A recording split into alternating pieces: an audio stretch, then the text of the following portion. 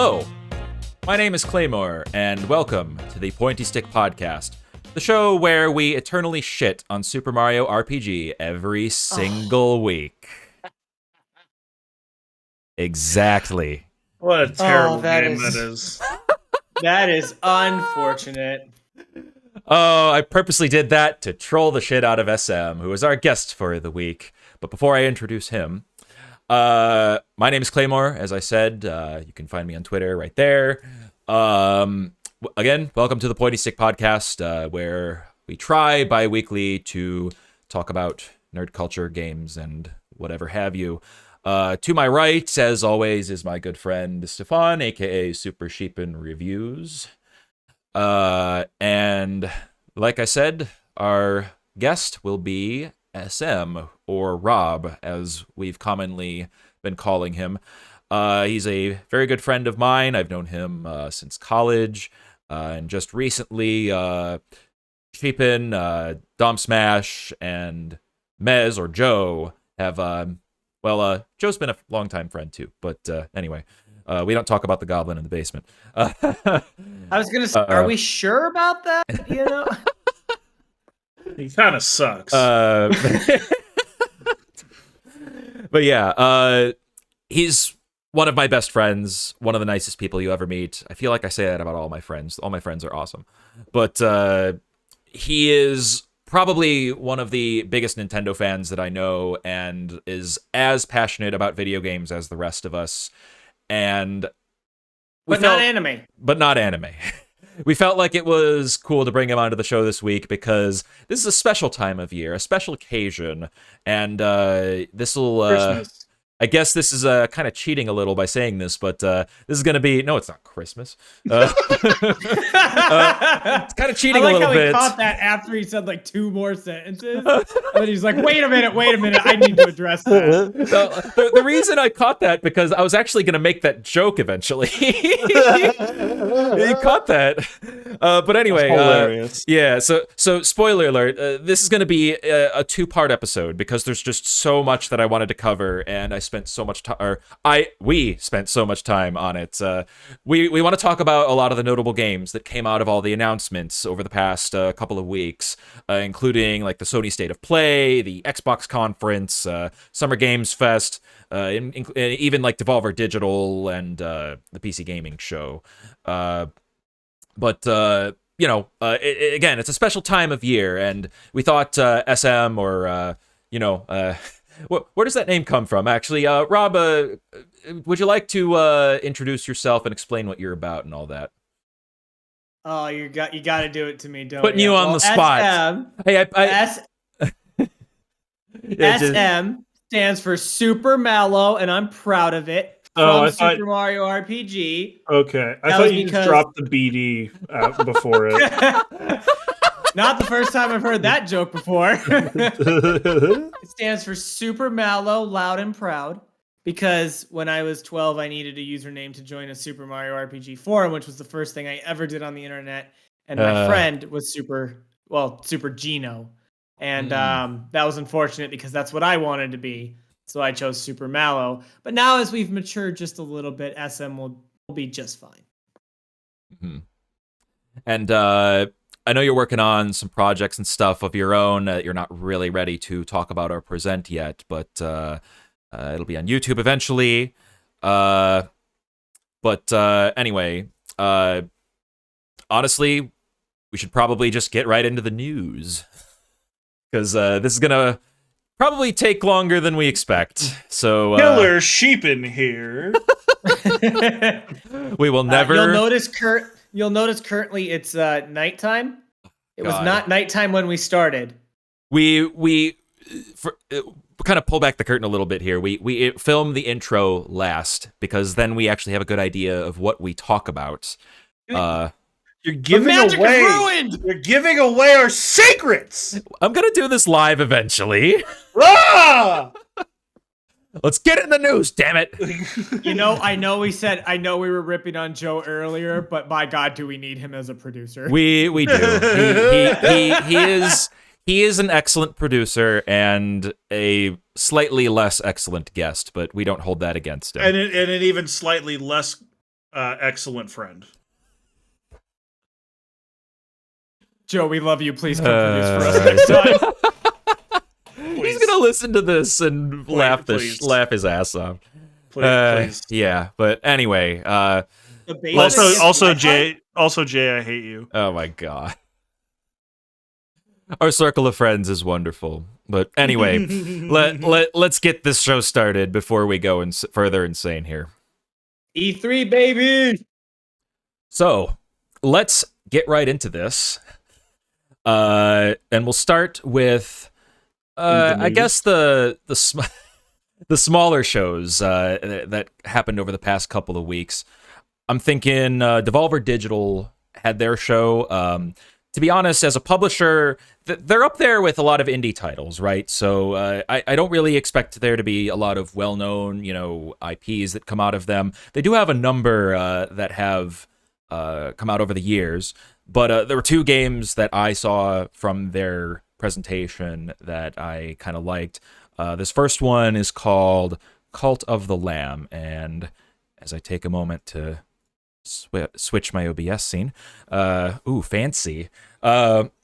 So what this game really reminded me of was like a 2D Zelda with a very unique sort of graphic and animation style, as you can see. Everything looks really fun, but also scary in a way. I think it has a really interesting premise where you have this lamb with a sword, and I'll be honest, like a lot of the games I'm going to talk about today, I don't know like super in-depth information. I don't think any of us really do, with some very few exceptions in some cases. So like a lot of this is going to be first impression stuff. I think it's interesting, this type of thing. Like there's this lamb, he seems to be like possessed by this sword or this demon, and the gameplay kind of revolves around that. Like it's very 2D Zelda-esque, where you're fighting bosses out in the world. You seem to have like a partner. Maybe there is a town of sorts. Like all your amenities are there and whatnot. Like in is it Link to the Past? I think. By the way, I've never played A Link to the Past. I'm guilty. I didn't play A Link to the Past until literally 3 years ago, so don't blame yourself. I mean, my first it's overrated. My first Zelda game was. You're gonna get shit for that, dude. I know. But my first Zelda game was Ocarina of Time on the 3DS. Travesty. I know, an right? Absolute travesty. You could probably shoot me for that too. Yeah. Yeah, but it's kind of weird, man. I'm not gonna lie. I know. Yeah. I know. I have not played Majora's Mask either. You could probably shoot me for a lot of things, honestly. But yeah. His favorite Zelda is Skyward Sword. No, I've not played Skyward Sword. You can't shoot me for that. So, I mean, this is on the level of you not playing Star Fox 64. Like these are games you just have to play. Yeah. I want to do a series in the future where I play these games that everyone else has played, but I haven't for some reason. Especially a lot of them are going to come from like N64, because I grew up a PlayStation kid mostly. Nintendo, I went from NES to GameCube. I mean, literally skipped 2 generations. Even the golden era of Super Nintendo, man. I know. Luckily, they ported a lot of those to the GBA. But yeah. And the Virtual Console. But yeah, so Cult of the Lamb. Tangents aside, I like the look of this. I mean, the characters are adorable. The gameplay is a little bit of a disparity, where you're fighting like these demonic things, and there's this character you're playing as. I mean, I actually don't know, like, or actually, I guess based on what I'm seeing, like with this village, they're burying corpses and stuff. There's a statue of the lamb himself, like he's running a cult, like Happy Tree Friends vibes. Oh God, yeah. Actually, now that you mention it, how did I not think of? That's a good call. How did I not think of Happy Tree Friends? It's been so long. Wow. Ooh. Oh man. Here we go. Here's some gameplay. Yeah. But yeah, you can see there's like a town, and I guess that's I missed that the first loop around. Like they're doing a lot of stuff as a cult, and you are like the leader, it seems, and you're fighting these demons and monsters, picking weapons. I mean, I just get a very like, I guess like the way that the animations go, I honestly get a little bit of a Paper Mario / Zelda type of thing in a way. Does it seems like it has some kind of base building and like survival aspects too, right? Yeah. Massive Monster is the, let me rewind here. It's Devolver Digital is the publisher, Massive Monster is the developer. Yeah. It kind of reminds me a little bit of do you guys ever play Don't Starve? Yeah. I have not. Well, I haven't played it. I've watched enough of it at least. I know exactly what you're talking about. It's kind of the vibe, like dark, like crafting, a little bit of survival. I mean, even the art style is kind of Don't Starve with more color and cute animals. Yeah, like that. I gotta say, yeah. Oh, sorry. Go ahead, Clay. I was gonna say that crossed with Happy Tree Friends and a little bit of 2D top-down Zelda of sorts. Yeah. Yeah, I was gonna say this is the first time I've actually seen this trailer. I'm not super familiar with Devolver Devolver Digital. Mm-hmm. That just shows you how unfamiliar I actually am with it. But this is a pretty impressive trailer. Like, it's got me interested. I love the art style. I mean, you two know me. I'm a sucker for like cutesy stuff like this, so it all looks good to me. But I do also get that 2D Zelda-ish kind of vibe. Honestly, it also gives me a little bit of Spiral Knights vibes. Oh yeah. Which I don't know, Sheepin, if you've ever played Spiral Knights. I know me and Claymore played it a little bit. The only MMO he's ever played, if I understand correctly. It is the only MMO I've ever played. Well, wait, that depends. Does the Final Fantasy one on 3DS count? Final Fantasy Explorer? I mean, I haven't played it, honestly, but... I haven't played it, it doesn't count. It doesn't count, yeah. But it kind of gives me those vibes too. But then again, when I first played Spiral Knights and I first saw it, one of the reasons I fell in love with it was because it gave me that 2D Zelda vibe as well. Mm-hmm. So I'm interested in this. This is, like I said, the first time I've ever seen this. This looks really nice. Yeah, like from what it looks like in the town too, like you can do a bunch of other stuff other than the Zelda-esque combat and everything too. I really do wonder what else is going to be involved. And I believe it's been, at least this is not like a fresh announcement. This is them announcing their release date, which is August 11th. So it's going to be out like in less than 2 months. It's been known for at least the past year, maybe longer. They've shown it off before, but I think just everything about it looks very, I guess you call it charming in its own kind of demented way. But like you especially. Funny you mentioned charming. Yeah. But yeah, I think it could be fun. I definitely have my eye on it at least. But yeah, if it's all right, we can move on to the next one here. The other thing I didn't mention here is that obviously there's tons and tons and tons of games that get announced around this time of year.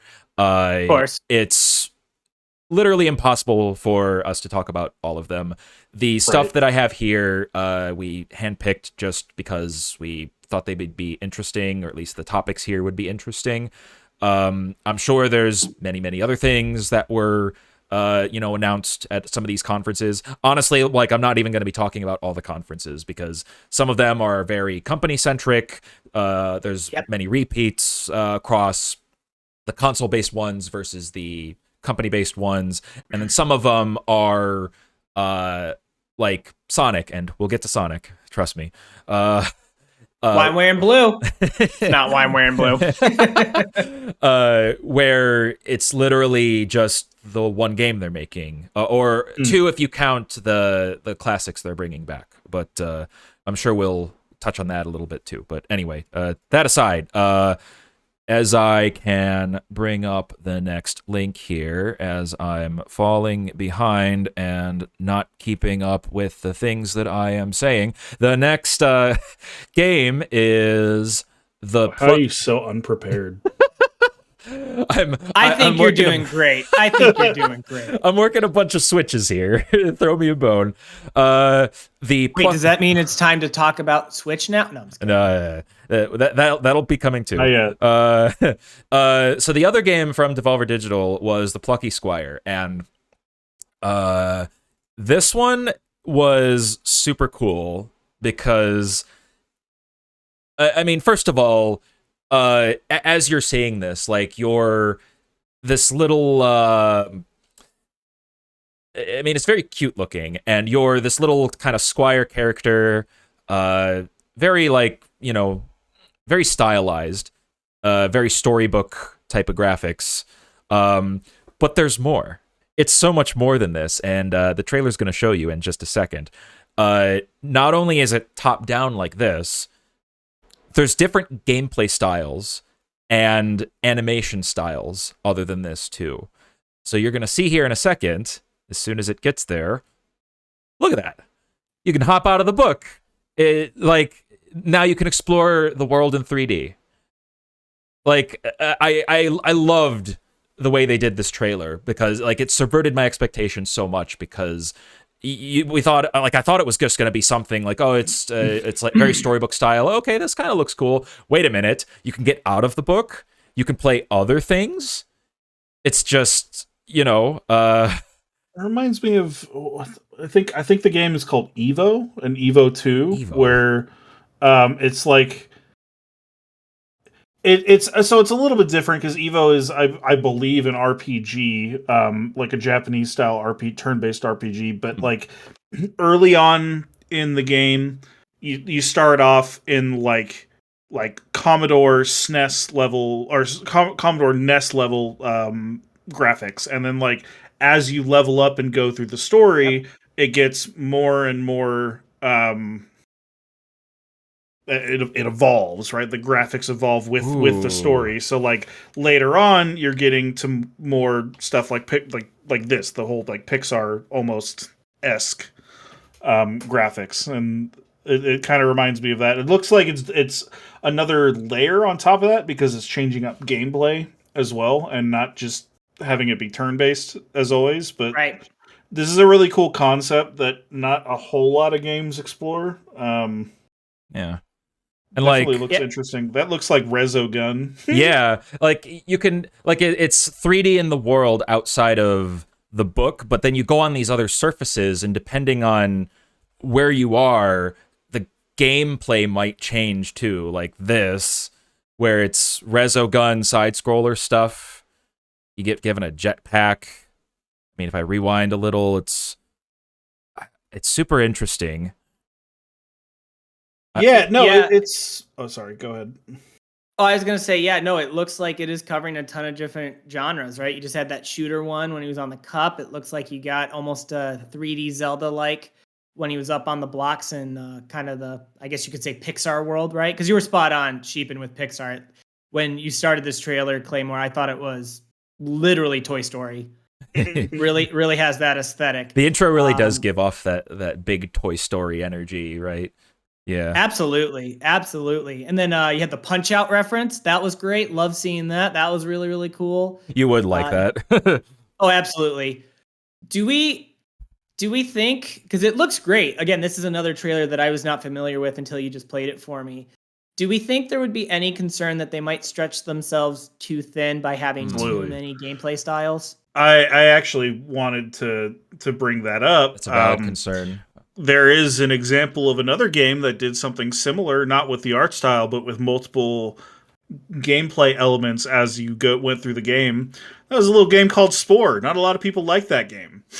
They kind of bit off a little bit too much.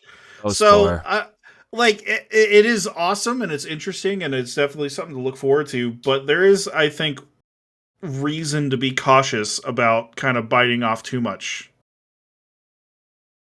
It's been a while since I've heard someone bring up Spore, because I remember back in the day that was supposed to be a really big title. Yeah, you can even just never like fully got there. You know, like in pop culture or video game culture, it never really got to what people were expecting out of it.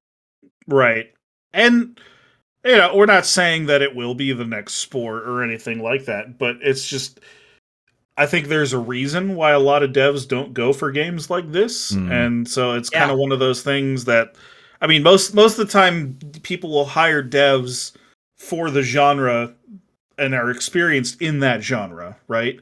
So if you don't really have one genre set in stone, I could see some issues, but hopefully they figured it out. Maybe, I mean, it didn't seem like there was anything that was super complex in the gameplay from the trailer we just watched. I mean, we mentioned Resogun, that's just like a side-scrolling shooter, right? Yep. A Punch-Out is not super complex as a game either compared to other fighting games.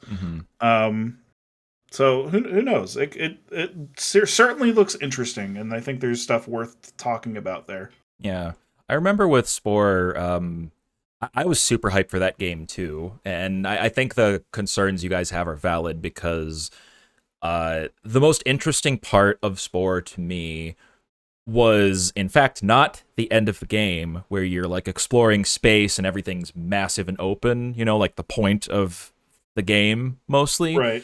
But the beginning of it, where you're designing the creatures and doing stuff and adding to them and customizing. But then after that, it gets into a little bit of real-time simulation, or RTS, where you're managing like your tribe and taking over other stuff or making peace, and then you get into like city building and like, where did this come from? I mean, I get it, but like those are all very complex systems as well. Like, there's a reason why there aren't that many RTSs. Oh yeah, we'll get to that too. The few that it's not only that there aren't too many RTSs, but there are even fewer that people actually really love. So it's kind of hard to do well, probably. Yeah. But yeah, I do hope that game does everything well. It looks like it has an underlying sort of concept about it that can justify all the different things that it does. But each individual thing has to be done well in order for it to still be a good overall cohesive experience, right? So yeah, let's see. So those were the only two games I had from Devolver Digital. Devolver Digital, like I said, very big indie publisher. If there are other games at their show that we didn't talk about, please, leave them in the comments below, because honestly, when it comes to me, I mean, you heard it from me myself just a bit ago. Like, my gaming horizons aren't incredibly wide. Again, PlayStation boy, didn't play SNES, N64. Indie games are booming as much as they're just huge nowadays compared to 10, 15 years ago. So Devolver Digital is quite the big publisher for indie games, so they just have tons and tons to offer. If there's anything else that you think we should be looking at, like, please leave a comment down below.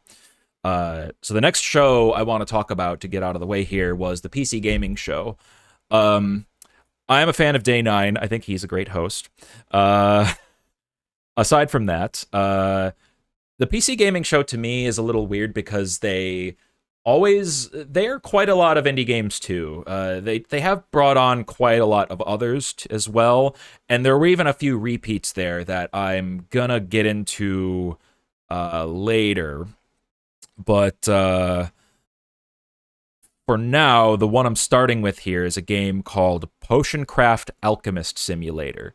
Now, when it comes to a game called with the word simulator in it, it's a little bit of, I guess, a little weird nowadays, because when you think simulator, you think farming simulator, goat simulator. Like, a lot of it is very, or like truck simulator, like a lot of the things that are very realistic. And to an extent, I think that this does that. But what really caught my eye was the art. Like, this is really cool that they made a game like this, like in old style art. And to me, it reminded me a lot of what was that that kind of anime-ish item shop game that Joe was playing like a month or two ago? Was it like Reciteer or Well, something like that? Or I could be way off with that. I don't know. so I'm kind of interested as to why they showed this off, because this is already a thing. Is it? Oh, Oh, it leaves early access. Okay, yeah. Because like Joe's already played it. I've watched him play it. Brittany's played it too. Like oh, look, it's we've Dana. watched actually a fair amount Oh, of okay. footage on this. I'm That kind of is so that is my mistake then. yeah. Leaving early access is Okay. big news. I mean, Yeah. anytime a game that is in early access that has a lot of potential, you hate to see it kind of stick around in early access hell. Mm, There's lots of games that do that. So the fact that they're actually going for a full release okay. is a very positive thing. It means that it's been doing pretty well. They've been able to get the funding that they needed to finish it, right? And that they're committed to Right. actually finishing it. So that's all awesome. Yeah. But I must not have been here when Brittany and Joe were playing it. yeah, this was like 2 to 3 months ago. Okay, yeah. Maybe I wasn't around. uh, but yeah, I think it looks interesting. What do you think, SM? Like, I mean, it's or hang on, let me step back a little bit. It was okay. Published by Tiny Build. Tiny Build has been around for a while now. They do a lot of indie games, and they started. I want to say with more simple Flash games. Like they may have started like on like from Newgrounds, newgrounds.com. Did they really? That's a I know, throwback. right? Like their logo, I think, is from their very first game, No Time to Explain. I could be wrong. It's just the I mean, it's Flash, so it may or may not be Newgrounds, but I could have swore that I remembered playing like a demo of that game of like the first level on Newgrounds, or maybe it was like Mini Clip, like one of the old Flash Mini games. clip. Yeah, mini we're clip. doing a throwback here. Yeah, just We're one of those old. sites. We're all over 30. One of those sites where there was just a ton of Flash games and they had like a demo of this, and they or I don't know if it was a demo even, like they maybe turned it into like a full title. Right. So Did you say No Time to Explain? No Time to Explain. Yeah. Yeah, that I just looked it up. It indeed is on Newgrounds. It looks Okay. like that is where they got their start. Awesome. So that's great. I mean, My memory I'm is sure that that bad. Newgrounds has launched a lot of careers that I'm not aware of, and some that I am aware of. But that's really cool that they literally went from Flash games to actually publishing a game like this. Yeah, man. Yeah. Yeah, from And developer for to the record, publisher too. Like, damn. Yeah. Yeah. And yeah, this game looks pretty interesting. I really do like the art style. I know one of you commented on that earlier. I think it looks really, really nice. It feels very cohesive, like visually cohesive. The menus really match the character art and the character animations and all that kind of stuff. So it looks really nice, very pleasant on the eyes. I'm not a huge simulator guy. Like, unless I'm building roller coasters from, 1998 Roller Coaster Tycoon. Not speaking of usually someone who throwbacks. plays a lot of simulation games. Speaking of throwbacks. Oh yeah, I identified that theme. I'm sticking to it. We can keep going throwbacks. Yeah. So this is probably not a game for me personally. I wouldn't really get a lot out of this just because I'm not huge into a little more simulations. niche. Yeah. Oh yeah, it's niche for sure, but it looks really cool. It looks good, and I think a lot of people will get enjoyment out of it. It looks very polished. Like from this trailer, it looks very, very polished, super cohesive, all that kind of good stuff. And yeah, it looks like a good game. It absolutely is polished. Like I said, I've watched our friend Joe play it, and it's got that going for it. It's also a very relaxing game. It's something that you can focus on as much as you want, or not focus on as much as you want, and you can kind of get what you want out of it. It's good. It definitely is good. Okay. I might look at it, even though I'm not much of a simulator fan either. But like, did Joe or Brittany mention how much they got it for, or it could be worth more now that it's leaving early access? But I don't know. I'm not entirely sure. I don't want to necessarily. I'd say somewhere between $20 to $30. Okay. We don't want to be shocked if it was more than that. Okay. All right. I only ask because I am interested too, and me being unprepared, I didn't look at the Steam store page. Anyway, we got some mature content coming up here, 17 plus. Uh-oh. You're looking at my screen share and you don't even know what this is yet. I don't. So maybe do. Or maybe you do because it's on the trailer. I can only see the likely mature 17. It might not be it might be inappropriate for children. So I guess we're not thinking of the kiddos for this. Well, I don't know, Claymore. You are a child, so I don't know if you should be watching this. Yeah, are we all over 17? Is this okay? Is this appropriate? They might say a swear. We are now. This is System Shock. Now, I fully admit I'm not familiar with this franchise, I guess I'll call it. But they have not made a System Shock game in a long, long time. I'm pretty sure it's the precursor to BioShock. In a way, it is. Is it? I'm think it actually is. Like, I think it was like similar devs and stuff too. Oh, like I think like BioShock was like there were devs who worked on System Shock and made BioShock. I believe that's true. Do we think they're required to have the word shock in the name? Maybe. No, that was a terrible joke. Yeah. Go on. Ignore me. Yeah, so that's basically my understanding too. Like story, character, and all that. I don't think are related, but the devs, no, they're not. Yeah, the devs, the overall aesthetic, like at the very least, a big inspiration for BioShock.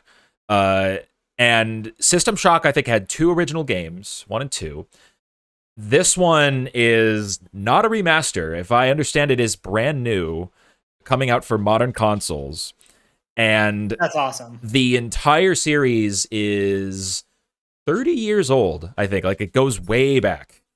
So to see something like this happen again, it's really interesting. Like, they're bringing back this stuff. I mean, call it like, playing nostalgia or whatever, but like when it looks this good too. I mean, it looks scary in some parts. It looks interesting, like some of the puzzles. I mean, the stuff that inspired BioShock.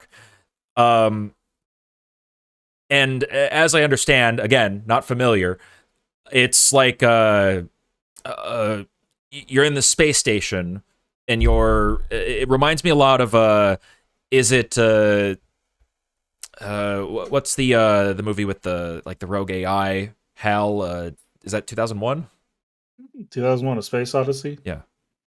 There's I have no idea. Yeah, it's like there's an AI that you're trying to not get killed by, and the AI is like doing a all humanity is bad because of this robot logic type of thing. I think like just based on what I'm seeing, like they could come up with so much just from that. It's just really cool looking, I think. Yeah, I think you mentioned nostalgia and everything. I think there's a very distinct difference between a nostalgic cash grab, even from a trailer. Like, obviously we have to wait until the full game comes out because like Aliens Colonial Marines looked kind of cool until the game came out. But that is fair. But the bigger example I was going to use for that is something like Duke Nukem Forever, right? Like, you knew from the trailer that was just a nostalgic cash grab, and it was going to be absolute horseshit. Right? How did I forget about Duke Nukem Forever? This does not have that same vibe. This actually does look like they cared, and that it might actually be good. Who are the devs? Well, so the interesting thing about, you mentioning Duke Nukem and Aliens, they were both, correct me if I'm wrong, at least published by Gearbox, right? I think Aliens has Sega's involvement, but I think Gearbox was involved in both of those as well. I think they picked them up. It's funny, in both cases, I think they picked them up in some form after they were just lost by the original devs, or in Colonial Yeah. Marines they were outsourced a little too, so Yeah. it was just a mess for both. Yeah. Yep. Oh Aliens, yeah, Colonial. War Inspector's involved too. Like he was one of the original one of the original people involved in System Shock as well. Like he's still here. Yeah. Sorry, go. I was gonna say Aliens, Colonial Marines was developed by Gearbox. go. It was published by Sega.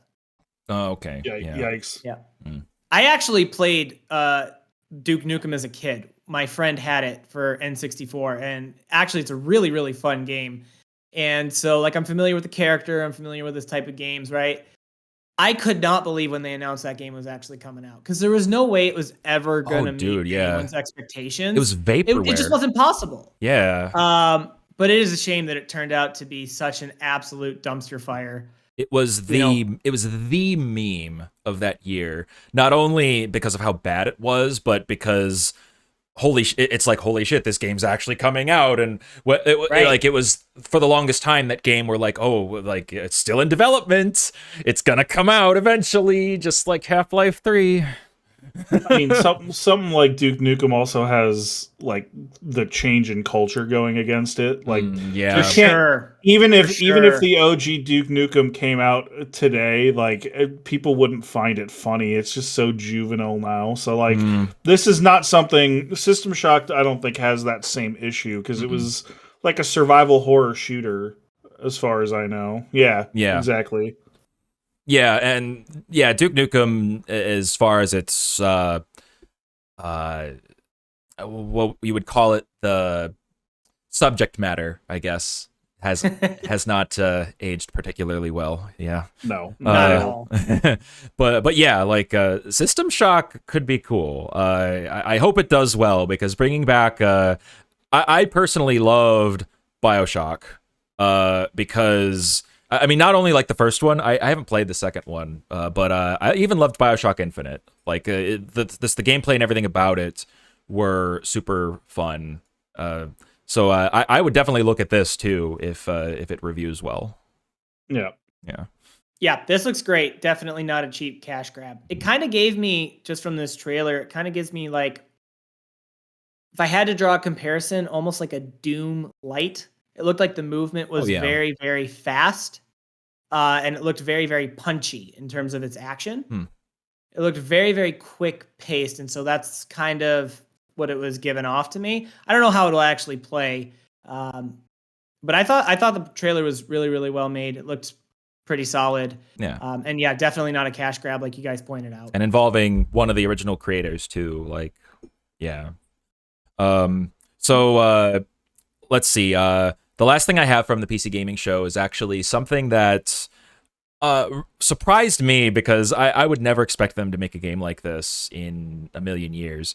It's not any kind of well-known brand or anything, but given how iconic the original GoldenEye was, and I hope you see where I'm going with this, having a game that not only looks like this, but also I can't exactly tell if it controls like GoldenEye 2.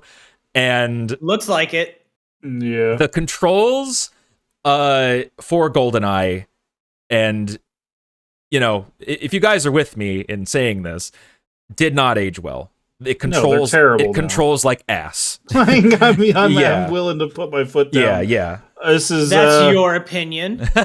It's the general consensus of people who aren't insane. Yeah. So of course. I hope at least that it improves on that. This game is called, as I bring up my doc, Agent 60. Even the name, dude. Agent 64. Spies Never Die. You know, it's good timing that this game has a trailer, because I don't know if you've heard of all the rumors about a potential Replicant GoldenEye 64 remaster coming to Xbox. Look at this too. Look. Oh, that's cool. That's cool. And there's a demo. Hey. That looks like a fun game to play. Like, obviously, depending on how it controls. If they really truly go retro N64 shooter controls, then it might be a little rough. But I can't imagine they're actually going to do that. I Right? would Yeah, to think so. modernize it in some aspect. It also matters how much they're going to charge for it. Yeah. Yes. Yeah. Mhm. Like, this is the game that should be $20 at most. Yeah, I can see a $20 price point on this one. Yeah. Yeah. I think it's cool that, like, I mean, the sources for all of these trailers, I mean, they're all on their respective YouTube channels, whether it's PC Gamer or Devolver Digital. You know, all of these I found sourced from a website called e3recap.com.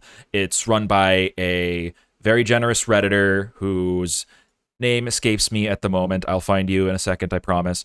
And it's all easily referenced from there. But, like, to have a game like this coming out in 2022 is kind of crazy. I mean, it's obviously a love letter to GoldenEye, and as long as I think they address what could potentially be issues, like if the controls are shit, I could maybe see I could maybe see an argument of, like, keep the controls because it's supposed to be retro kind of thing, but at the same time, I think that might alienate a bunch of people too, you know? I don't know. Well, Depends on what the especially devs people. Want. Oh, sorry. Go ahead, Chief. It depends on what the devs are wanting and what they're expecting. Yeah, right? Like if it's for sure. if it's just like, hey, we want to do a love letter, we don't really care if we make a shit ton of money off of this. Do whatever you want. You know what I mean? Yeah. Yeah. But yeah. Yeah. This game looks neat. This game Mhm. looks great. I mean, GoldenEye 64 is one of the influential titles, right? Like, it's got first-person a shooters, deep like, legacy, and we'll see if this game can get anywhere near it. yeah. Yeah. And just one, I don't want it to go unmentioned, just the fact that it does have some kind of map building. If we Yeah. Oh, take yeah. into something like Super Mario Maker, right? That elongates the life of a game For sure. pretty much infinitely. I put that in here, and I forgot to mention that. Thank you. That is excellent too. Like, that'll definitely give the game life for potentially years to come. Yeah. So, but As yeah. long as the base game is actually good. Yeah, Like for sure. Yeah. Yeah. All right. Let's move on to one of the bigger shows. Of course, Jeff Keighley's Summer Games Fest. I have a number of games here from the kickoff, which was, as of this recording, a week and a half ago. Like, not last Thursday, but the Thursday before that. So some of these may have had more information given about them in recent times. Some of them might be have been repeated in other shows. All the ones I'm going through here are not going to be repeats. I've covered them all at least once, or just once. The first one that I want to bring up, and this one was actually widely covered across a variety of shows. It's a game called The Callisto Protocol. Correct me if I'm wrong, but I think this was revealed last year. I could be wrong there, but this screams. It's from Striking Distance. Yeah, this screams Dead Space. Very, very Dead Space. In fact, it was also shown in State of Play, and I saw that it was led by a veteran developer who was on Dead Space as well as Call of Duty, Glenn Schofield. Now, from what I know of Dead Space, and again, me not having played it, Dead Space was very well liked for not only its gameplay, but also like the horror that it mixed into everything. This looks like it does that very well, just like from the trailer. I mean, a trailer's a trailer, but at the very least, it gets you hooked with what it is. And I want to say, based on how EA treated Dead Space after the first one, Dead Space 2 was reviewed very well. It was solid, perhaps not as solid as the first one in some people's opinions, but Dead Space 3 is when things just went to shit, because around that time was when many games were introducing microtransactions into games. That one, I remember Dead Space 3 made a lot of headlines because it was one of the first that decided to do that. And if I recall correctly, it had a number of things that affected the game to the extent that it was just rather undercutting of what the game was made for. Like, you could buy things in order to make the story easier, as far as I've read. Which, I mean, that was a long time ago, and look where we are now. So, but something like this, by a veteran dev who could potentially bring something like this back, I think that's interesting just by itself. And I honestly don't know if I will personally play this, or if not right away, because I'm terrible at horror games. I in the past I've played Alien Isolation and I screamed my ass off. I don't know, just by itself, like, to see something like this come back from a developer who was involved with what made this type of setting popular is cool. Like, I find that cool. Have either of you played Dead Space? I haven't. Nope. Honestly. Okay. Like, this is not. So I'm not really big into shooters. I'm also not really big into horror games. Mhm. So this is like Probably the far reaches for you, yeah. Yeah, like, it looks really cool, and it looks like the graphics look pretty, right? Like, all the textures on the models, all that kind of stuff. Like, it all looks like, seeing the sweat on the guy's cheek, all that kind of stuff. It looks interesting. What, I won't play it. Yeah, But I know it's definitely not for everyone. It's not for me. Definitely not for everybody. What was the? Did it mention the engine that it was developed on? I don't think it did. Crafton I didn't see it. Crafton's the publisher. Striking Distance, I know, is the game.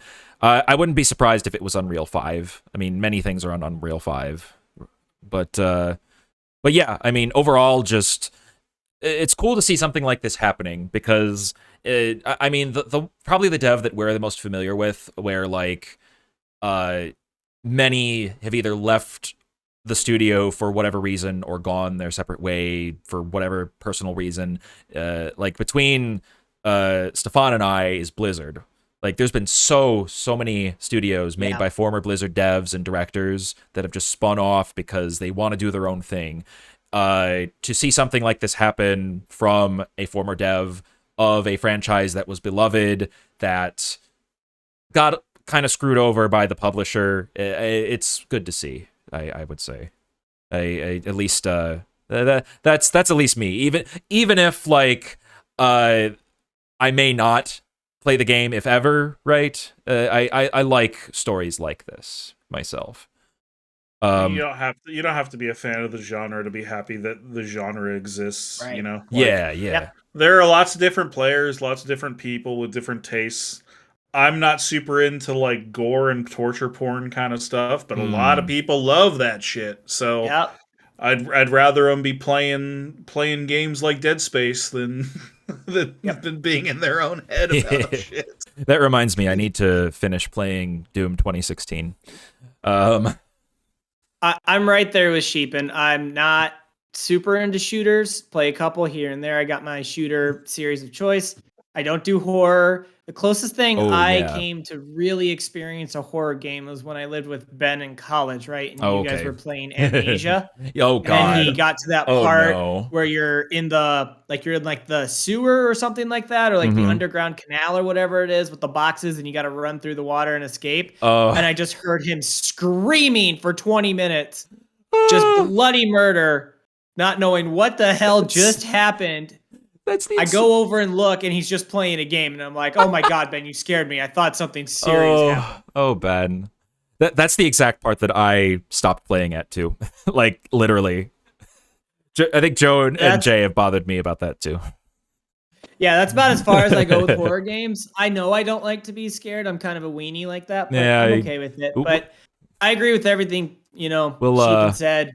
You can appreciate that someone is keeping alive this genre, especially Yeah. because, I mean, correct me if I'm wrong, didn't Dead Space, like, pretty much year in, year out get a sequel, right? Like, all of the Dead Space think games are, like, so. super concentrated, but there hasn't been. So Dead Space. there definitely at some point was an appetite for that genre. Yeah. And I would imagine it's probably still there. So good for the people who like those kind of games. The trailer looked really, really good. I did Google it, by the way, while you guys were talking. Like 3 years in asking between. about the engine. 3 years in between? Yeah, ish or so. At least between 1 and 2, there were 3 years. They totally it was beloved enough to get like 2 sequels. Yeah. Right. I did look it up in the meantime. It's actually built on Unreal Engine 4, not 5. Oh, really? Okay. Yeah, 5 is still relatively new too, so yeah. I mean, it looks that good on Unreal 4. That's kind of impressive. Wow. But yeah, anyway, the next game here from Summer Games is a game called Witchfire. I'll be honest, like, there's a bit from this game that I don't think I fully understood what it was, so I pretty much just wrote down it's first-person magic with guns. There's a medieval environment. There's demons. I think in as far as shooters go, maybe this is more up your alley, Stefan, because I think a lot of the mechanics look super cool. I mean, all the magic looks interesting. Gunplay for sure isn't for everybody, but this reminds me, like, the environment even reminds me of kind of like the few times I've watched Dom play Elden Ring, like the open area here kind of reminds me of that. Or maybe a more accurate one would be Vermintide. Perhaps a little bit of Vermintide in there. Right. But yeah, it's developed by the astronauts, not literal astronauts, but the astronauts, the game developer. There were some devs in there on their team that have previously worked on games like Painkiller and Bulletstorm. I remember Bulletstorm for like its trick kill things, where they, like, you can boot someone into a cactus and you'd get bonus points. Bulletstorm was crazy. And they also worked their most well-known game, or it could be their only one, actually, if I have this correct, The Vanishing of Ethan Carter, which was very indie feeling and more story and plot based more than anything else. So to see them switch gears here and make, a game like this, when, I mean, Vanishing of Ethan Carter was also first person, I believe, but to have something much more heavily focused on gameplay, just kind of, to me, it speaks volumes to how versatile they are, and they could grow into something incredible in the future. And I definitely like the feel of the atmosphere. Some of the magic looks cool.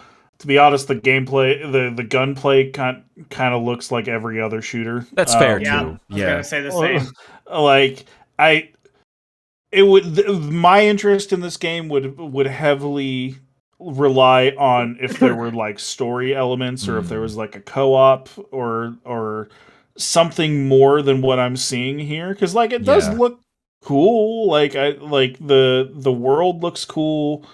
Some of the creature designs look cool, and like again the magic looks cool, but it's just the gunplay kind of just looks like Call of Duty. Right.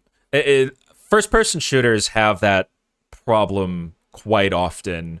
I feel like compare like a first person shooter as a genre to something like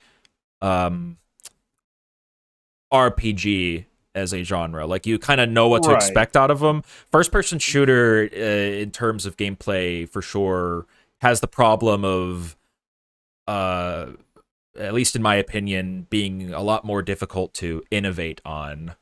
Perhaps there's also, from the trailer, there doesn't seem to be like like if there were RPG elements, like if you can increase how your magic works, I would have liked to see maybe a menu with like a skill tree or something other than just guns. Yeah, because like it looks like it could be really cool, but what the trailer is showing isn't really like it doesn't show a lot, to be honest.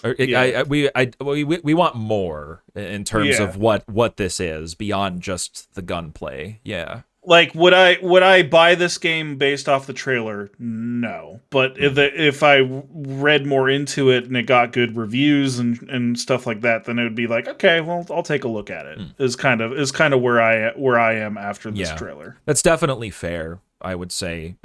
So far, it just seems like they are appealing to people that would be more all about the gunplay and the gameplay itself, right? So I hope so, but those people also typically like multiplayer gun games. Yeah. So like if there isn't a multiplayer element, like I don't really know who this is for, to be honest. That it would be strange, for sure. And I mean, based on, and again, we're just talking about the trailer, so there's a lot of information that we don't have, and I'm solely going off of what I'm seeing on the trailer. It's just I don't know who this is for. Mm-hmm. Yeah, it doesn't move the needle for me at all. I'm right there with you. Honestly, like even the magic looks cool. Yeah. But, we've watched this trailer now, on loop 2-3 times, and it looks like the magic, it doesn't matter what the element is. It does one of two things. It either stuns them, which lets you shoot them, or it just takes care of the guy for you, and then you don't need to shoot them. So I wonder how that gameplay loop is kind of going to go over the course of like a full campaign. There was one moment, though, to the trailer's credit, because I think we are all kind of down on this trailer. Where was it? It doesn't really do a lot. There was one really cool part with the bell. He like summons a bell, places it over a group of enemies' heads. Yeah, let me find it. And then aims at the bell, and that's how it's activated to kind of have like an area of effect attack. That's cool. That's some unique style gameplay. It looks like that has a little bit more depth to it. So I want to call that out. Good catch. It looks like that potential, like they may have thought about. Yeah, it's right here. It's right here. This looks cool. This looks cool because he throws out the bell. It takes a couple of seconds to appear, so you're kind of like in a moment to moment survival kind of mode. Yeah, and then you can use it, and that's cool. But the rest of the magic just looks like, hey, throw it out with your left hand, shoot with your right hand is what it is. Mm-hmm. It just comes across as very generic, to be honest with you. Yeah, I definitely see what you mean. See, this is my problem because I get buried in hype for the games that I know that I'm gonna love, regardless if it's good or bad. So like, this is why I have you guys here. No. In all seriousness, like all of these are very valid concerns. Like, and yeah, like you said, Sheepin, like it's just a trailer for now. We don't know a lot about it, but from what they've shown us so far, there's a lot more that could be said and done, a lot more that can be shown, for sure. Well, it's all we have. I mean, maybe when it comes into early access, there's something more that we see that piques our interest. We can talk about it again. Mm-hmm. Like it's just all we have to go off of is a trailer, and a trailer was kind of meh. Yeah. So this next one, I'm gonna troll you guys a little bit. Yeah, I got thoughts on this one already. I do too. Yeah. So Fall Guys. Sheepin, I'll let you go first. You guys can go first. I'll let you. No, you don't want me to go first. Oh no. All right, I'll take it. I'll take it. Go for it. All right. So while we're watching this trailer, the only question I really have is it's Fall Guys, by the way. I mean, if it wasn't, I know if what it wasn't obvious already. I mean. My thing with this game is like, honestly, as a collective people, the internet, can we like stop pretending like we have to care about this game? That is really how I feel about it. It was a meme game when it launched. It had its time in the sun, and like, don't get me wrong, it's cool that it's going free to play. I think that's probably how it should have always been, given the scope of the game and how it works. Its time in the sun is done. Like, I don't think this is gonna be enough to reinvigorate anything. I think I agree. Fall Guys is dead. I think people need to stop pretending like they care about it, not to be harsh, but to be harsh. It was like for what it was when it first came out, it was great. It's done now. You can't get a lot of life out of a meme game, and that's what it is. It's a meme game.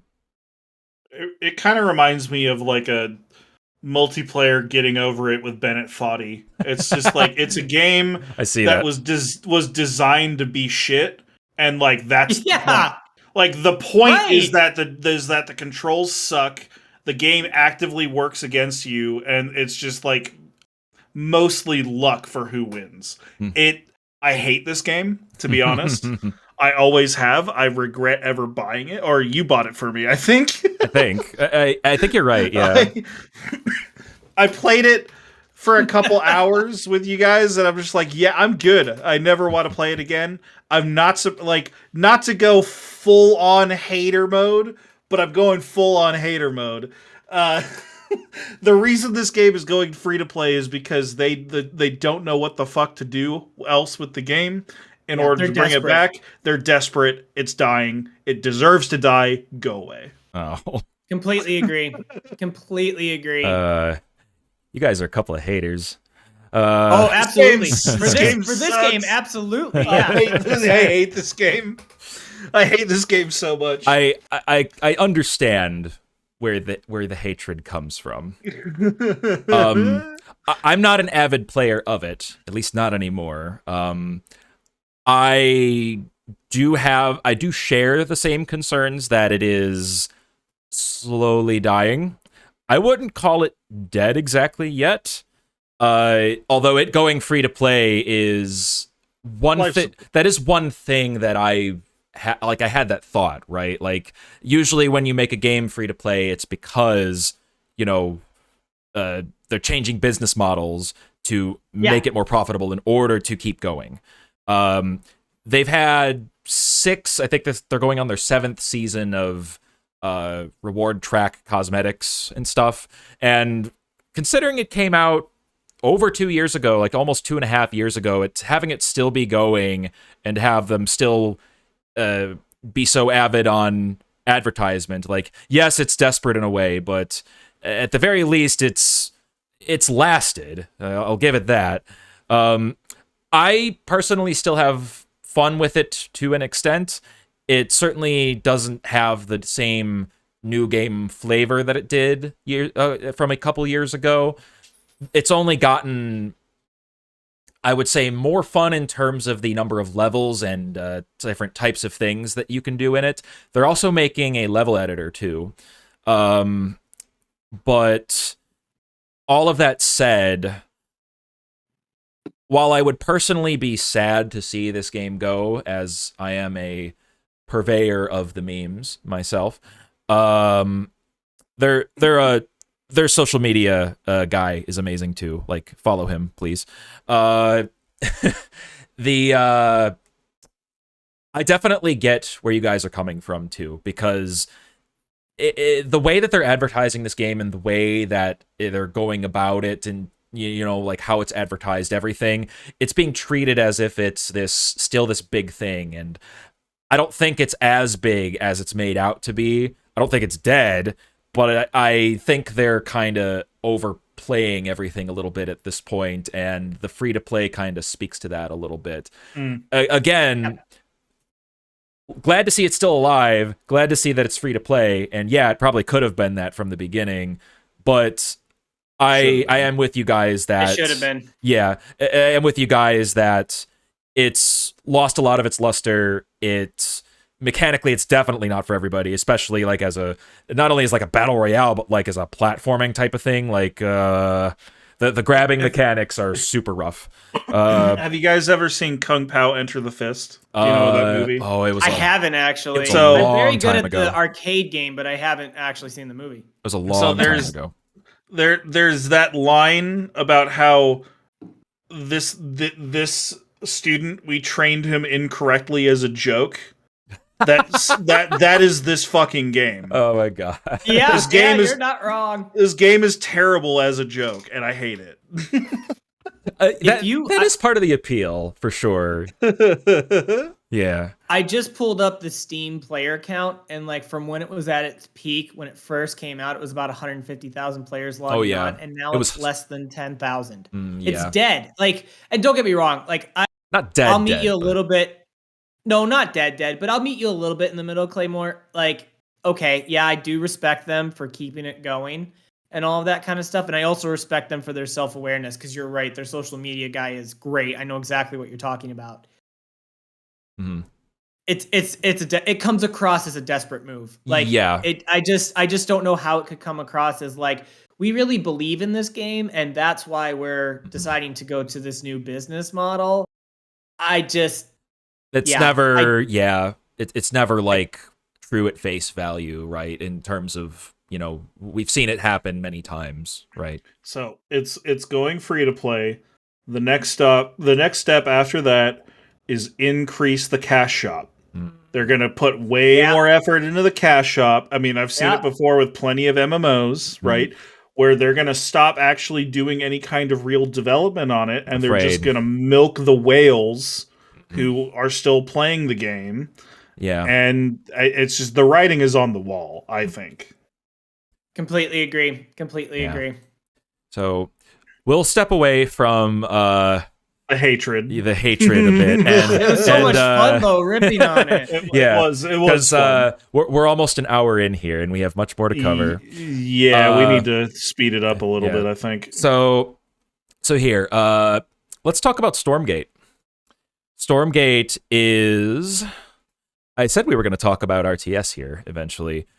Frost Giant Studios is a studio that spun off from some legendary developers who worked on StarCraft 2 all those years ago. Not the biggest fan of RTS myself, and yet I play League. That's probably the closest thing I'll play to an RTS. But well, that explains why you're not an RTS fan, because you played League. Yeah. Get out of my car I knew you'd now. like that one. I knew you'd like that. But this is a cinematic trailer, by the way. I think there's a gameplay trailer out there as well. I mean, it's an RTS. What do you expect it to play like, right? But like, take your groups of soldiers and your army and slam it against the other army, basically. That's very crude and very simplified, but that's essentially what an RTS is. So here's the thing with an RTS, right? Like, if you're talking about StarCraft 2, yeah. I mean, I played StarCraft 2 a decent amount, and I loved StarCraft 2. I'm not like super into RTSs anymore. But the biggest problem with StarCraft 2 wasn't the gameplay, wasn't the devs. It was Blizzard not caring about it anymore. Right. So if this is like a spin-off of StarCraft 2 devs making their own game that they can actually give a shit about, awesome. I'm all for that shit. Yeah. That's great. It's the devs. As I understand, like, it's the people who made StarCraft 2 what it was at the start. Yep. And eventually they left and made Frost Giant Studios. And from the start too, like, Frost Giant was saying that they're all about like the RTS genre. They're gonna make they could make more RTS games, but they want to be about the RTS genre. I believe they've also stated they want to support grassroots campaigns to turn this into an esport if possible. That would be cool. I worry that RTSs have kind of had their limelight in the esports scene, For and sure. that it would be hard to come back. I mean, who knows? It could be wrong. I think, again, the biggest thing is that it's going to be actually supported by a dev who gives a shit about it, because Blizzard stopped caring. Like, the meme of them not caring about Heroes of the Storm or Diablo, I mean, they stopped caring about StarCraft long before that. Mm-hmm. It reminds me of, or actually, that this is totally not related. I was going to say it reminds me of the time when they just shut down the Heroes of the Storm esports league just out of the blue, causing just hundreds of people their jobs, from coaches to players, basically putting it on the back burner of their development staff with the classic games team, the ones that still manage Warcraft Reforged, and unfortunately. Rip. Now, Rob, RTS to me feels like it is a genre that is like I would say it is the genre that is the furthest association that I could possibly think of from the games that I know that you love. Am I wrong? You know, when you said that, I really thought you were going to define what RTS was. I already did. But no, I know. But you're not wrong. I don't play RTSs. I don't care for it. It's Too many numbers, too many actions. Mm-hmm. Nope, not for me. Have you ever played Civ at all? Maybe I have played Civ. Okay, I have played Civ way back in the day. Oh man, it was a long I have time ago. too. It was like a single time or two. Doesn't do it for me. Yeah, that's probably the best I could probably do with RTS, because Civ is more turn-based in a way rather than R in RTS real time, right? Like, I mean, it's still strategy simulation type of stuff, but like, yeah, like the active movement stuff that StarCraft expects of you, like having so many actions per second in order to be doing well. Like, oh god, I suck at League. I can't do that well at RTS, dude. No way. Yeah, but it takes a lot. Mm-hmm. I don't really want early onset arthritis in my hands for the rest of my life. I mean, so like, no, I'm not for me. Yeah, hard pass. I'll say this about Stormgate though. If it's coming from a dedicated group of developers that, had a hand in StarCraft 2, I hope it's successful for the people who like those games. From everything you guys said, you guys obviously know the history of StarCraft and just RTSs in general far more than I do. But it sounds like it's going to be from developers who actually care. And that's all you can ask for if you want another RTS game. It's the most important thing. Yeah. Absolutely. For sure. So this next one, Stefan, maybe you'll enjoy this, but mostly because it's DC. But Gotham Knights. This specific trailer is about Nightwing, but there's going to be other various playable characters too, like Robin, Batgirl, and Red Hood, if I remember correctly. It's billed as an action RPG. I don't think it's a top-down game a la Diablo. But the way that this Nightwing trailer plays out reminds me a lot of the Rocksteady Batman games. Like, do you know the ones I'm talking about? Arkham Asylum, Arkham City, from back in the day. I was a big fan of Arkham Asylum. I kind of stopped playing them after that. Not because they were bad or anything. I just didn't get around to it ever. Yeah, I played Arkham City first, which was the second one, and I really liked it. I haven't played Asylum, and then it's a little weird because Rocksteady. So this is not developed by Rocksteady. To clarify, Rocksteady made Asylum, City, not the third Arkham game, but they did make the fourth game, Arkham Knight. The third game, Arkham Origins, was made by WB Games Montreal, who are the developers of this game. Interesting. I know, right? So Arkham Origins, as I've read, was the lowest reviewed of those four games. Not necessarily that it was bad, but considering how good the others were and having the comparison that you need to make, as I keep forgetting to put these on loop. Right click, man. Yeah. Since it's the comparison you have to make, it's a little worrying in one way, but at the same time, all the trailers and hype around this game have been getting nothing but praise. I think it could be potentially good. WB Games Montreal, I don't know that well outside of Arkham Origins, but the way that if this is anything similar to any Arkham game, like if it's, even though it's build action RPG, I mean, I guess, I know ARPG is supposed to describe something like Path of Exile, Diablo, etc. If this is anything like the Arkham games were kind of an RPG because you played as Batman, role-playing as Batman. You have all of these... Pretty loose interpretation of the term RPG, but yes. Yeah, right.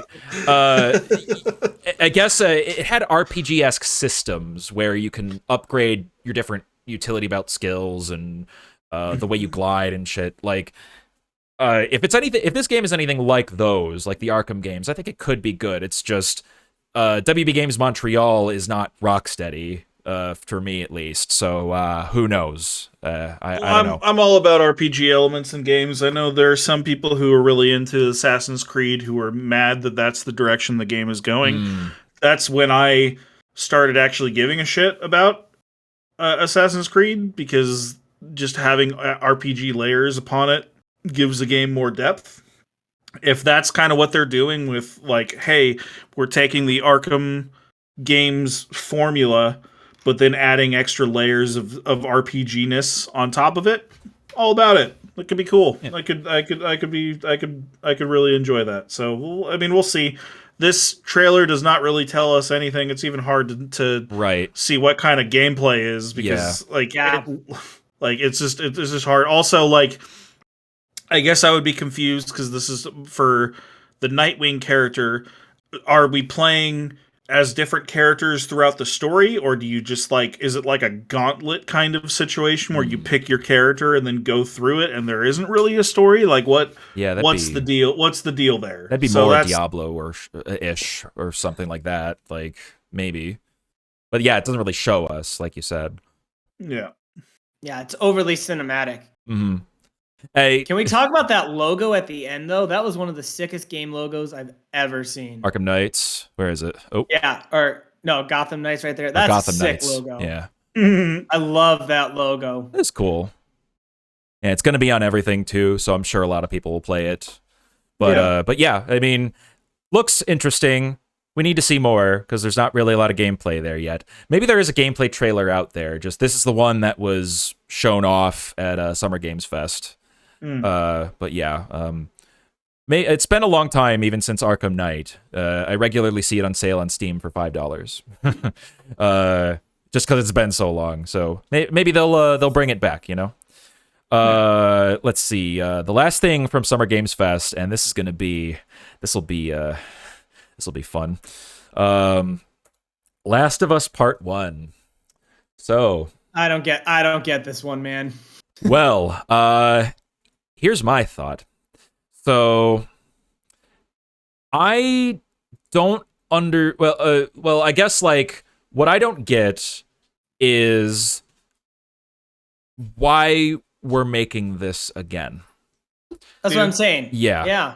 I get why. You're not gonna like why, but I understand. Yeah. Well, it's not just money. It's because games like fucking Skyrim have been getting away with coming out with new games on toasters. Like, and that's why this game is insanely popular. This game is fucking incredible. It was like one of my favorite games of all time, especially when it came out. I still need to play it. The story is incredible. The emotional beats are incredible. The gameplay is incredible. I honestly don't even have an issue with them remastering it again. The problem I have is that they're charging $70 for it. For a game, assuming it will be. Technically, we don't know, but it's a PS5 game, so yeah, it's probably going to be $70. But instead, they can kind of remaster it, put minimal effort into doing that, re-release it as a full launch game instead of just having some kind of backwards compatibility, right? And that's why all these big devs are trying to get rid of backwards compatibility, so they can push this horseshit upon you. Because again, Skyrim got away with it for 10 years, and that's why Bethesda hasn't released a new Elder Scrolls in that long, because they haven't had to. That's exactly what's happening here, and it sucks that it's happening to one of my favorite games of all time. It makes me actually mad, because this game is incredible. Yeah, I have no issues with the game itself. I mean, I know it's super popular. I actually watched a good amount of this game on YouTube because I don't have a PlayStation, so I wasn't able to actually play it. But when it got super popular and I heard about the ending and the characters and all that kind of stuff, I watched a lot of videos on it to really understand it, because it's like a cultural phenomenon, right? Like, this is an important game for a lot of reasons. I didn't like it when Skyrim got released on 18 million different platforms back then. Exactly, for your point. It's just taking advantage of people, right? To milk every last cent out of them. Yeah. But I think, like, even in this case, where I think it's kind of lame is that, like, it goes from PS4 to PS5, and it's not like the graphical fidelity or anything like that is leaps and bounds better. It actually is a great case study in showing how the generational improvements from one console to the next are getting less and less and less compared We're getting to to how that point, right? If we haven't Right. already been there. Keep in mind, this came out late PS3, and the difference between late PS3 and the PS4 remaster were minimal too. And now it's on PS5, and it's still minimal. Yeah. Why the fuck is this being released again? Right. And I thought, and correct me if I'm wrong, Sheepin, I thought that the PS4 remaster could be played on PS5. Am I wrong in that? Maybe that's why I'm like, kind of like, why are they doing this when literally it's right there already on it? But I could be wrong. That's a good question. Let me. I thought it was. Yeah, you could be right, and like that makes this even worse. I don't know if that's true. I think not sure. being able to play it and then forcing them to buy it would make it worse. To be that honest. would be I pretty do agree with egregious. I do have my doubts too, right? Yeah, but yeah, like I'm totally with you guys in terms of them re-releasing it. I did watch that them explain some of the things they did, and not to say they didn't like work on it, but like I do think SM has a point where like the graphical fidelity, I think you can only really sell so hard to a point where we start asking how much is it actually worth when games are, as expensive as they are, and supposedly PS5, like they're even more expensive now. Like we're billing $70 now. So like, if it's the same exact game otherwise, aside from them rebuilding the models, the graphics, as they say they did, which they showed, some good examples, and it looks even better, if you can believe it. But like, if it's the same game otherwise, like, the question is, who is it for?